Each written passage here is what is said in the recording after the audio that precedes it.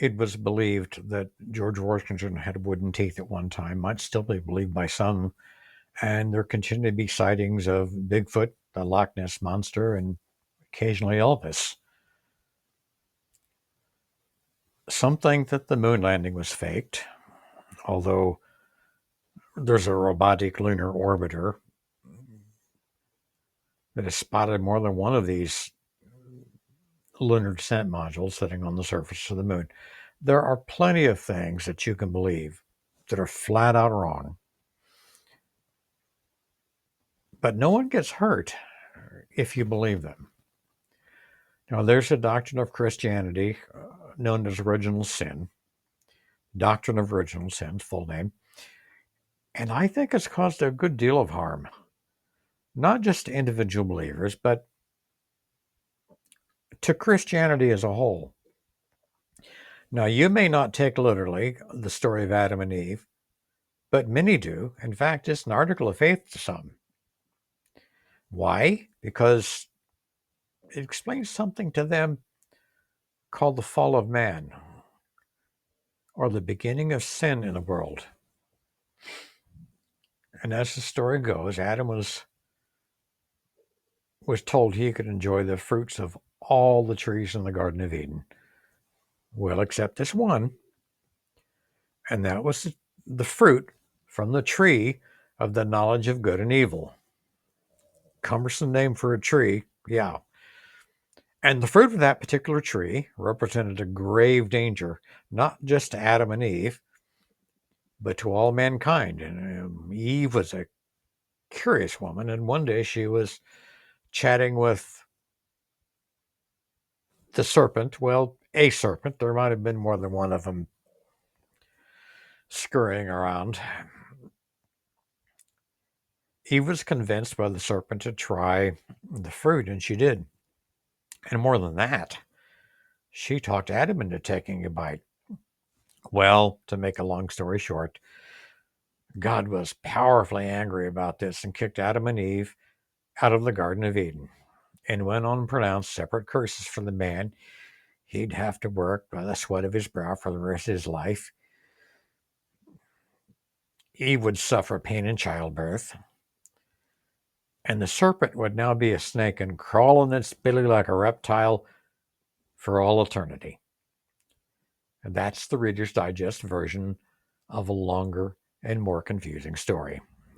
But I really, because it's so widely believed by some, and this doctrine has effects on us, I really think this is worth talking about. So why don't we do that?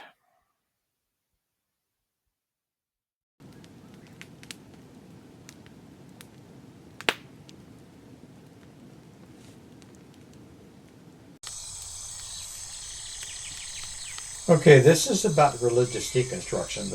Every once in a while we touch on a topic where the connection to that isn't immediately obvious. So maybe you're joining me late and haven't seen the first three. So let's review.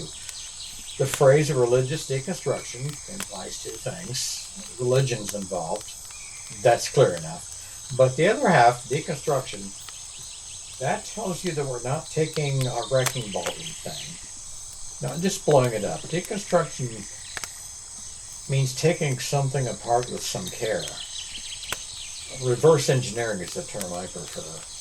Redesigning with the intention of understanding how it works, or better yet, improving it. Now, I'm retired, but when I worked, it was calibrating and repairing medical equipment. Some things we had 100 or more of, like IV pumps, and we'd seen the same problem dozens of times, and those were pretty easy to fix. Other pieces of equipment were specialized and only in specific departments, and we only had one or two of them. In some cases, we barely understood what it did, and we relied pretty heavily on the medical staff that used it every day to tell us two things: what it did normally and what it was doing that needed our attention. And religious deconstruction is a little like that. You need to understand what religion is supposed to do, how it was supposed to act, And religion today seems to run on a written instruction set. Not just the Bible, but interpretations of that book called doctrines. And as much as we relied on the medical staff to guide us, in my job, we had to consider the possibility that normal operation had deteriorated so slowly that they had just gotten used to it. So we double check with the manufacturer's manuals to find out how they had intended it to work, and it works the same way with religious deconstruction too. You have to know how it's supposed to work. Where it differs from fixing electromechanical devices is the machines seldom have extra parts put in after they're manufactured that affect their operation. Religion, however, does. These extra parts are called doctrines. There's a doctrine in Christianity called original sin that I think is untrue and has been exploited to cause much fear and anxiety over the centuries. This doctrine is based on the second creation story, rather a small part of that story actually, where the main characters are Adam, Eve, a serpent, and God.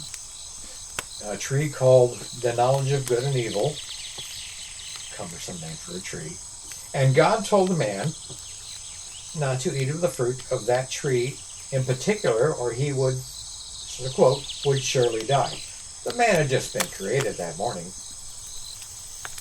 Didn't know anything about death, but he just kind of let that slide. And then the man fell asleep, and the Lord God performed, I guess, what you would call a ribectomy.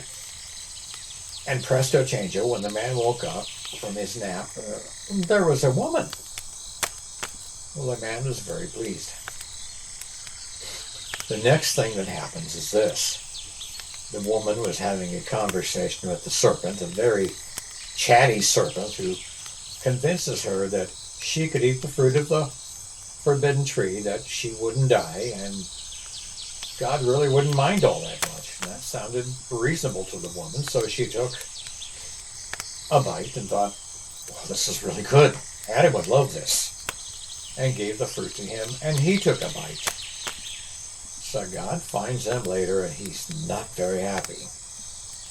In fact, he's quite angry about this bit of unauthorized fruit picking. So the man blames the woman blames the serpent, and I guess the serpent had no one to blame.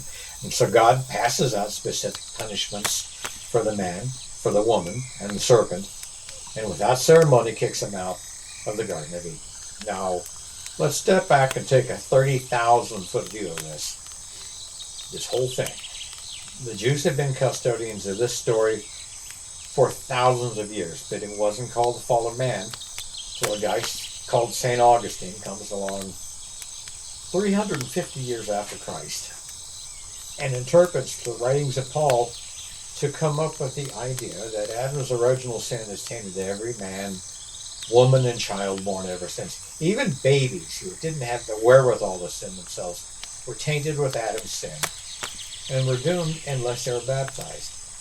Now that was very cruel to parents who had lost an infant, which happened a lot in those days before good medical care, thinking about their perfect little babies in hell. So the church came up with the idea of limbo as a workaround. Limbo was a different place for babies who died.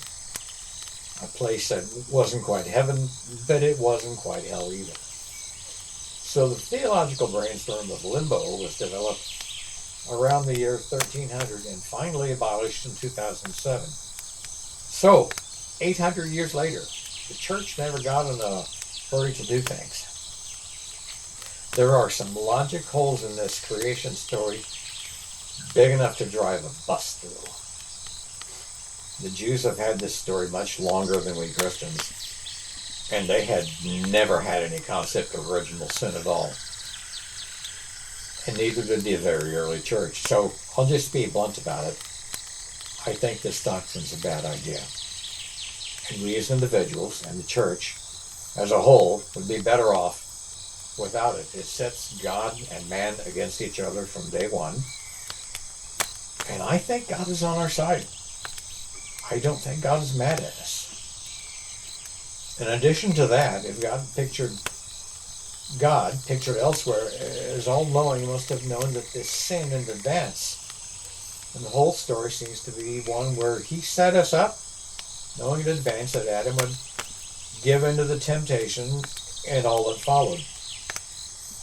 If God knew what was going to happen, set us up to take a fall, really, I just can't buy it. In addition to that, the 18th chapter of Ezekiel, short to read, seems to be completely refute the whole idea of original sin. And it is oddly not talked about very much. And all those reasons make me think that it's been a mistake to take this story at face value for thousands of years. It's a good story, makes some points, answers some questions that an ancient people living in a pre-scientific era asked about where they came from, because everybody wants to know that. But I don't think taking it literally was what the author had in mind. Now, if you found this valuable in any way, subscribe, and even better than that, write something in the comments telling me what you think, even if you hate it. Okay, that is it in a nutshell. Thanks for your time and attention. This is Les from Springfield, and I'll see you later. But until then, be humble and kind, do good in the world.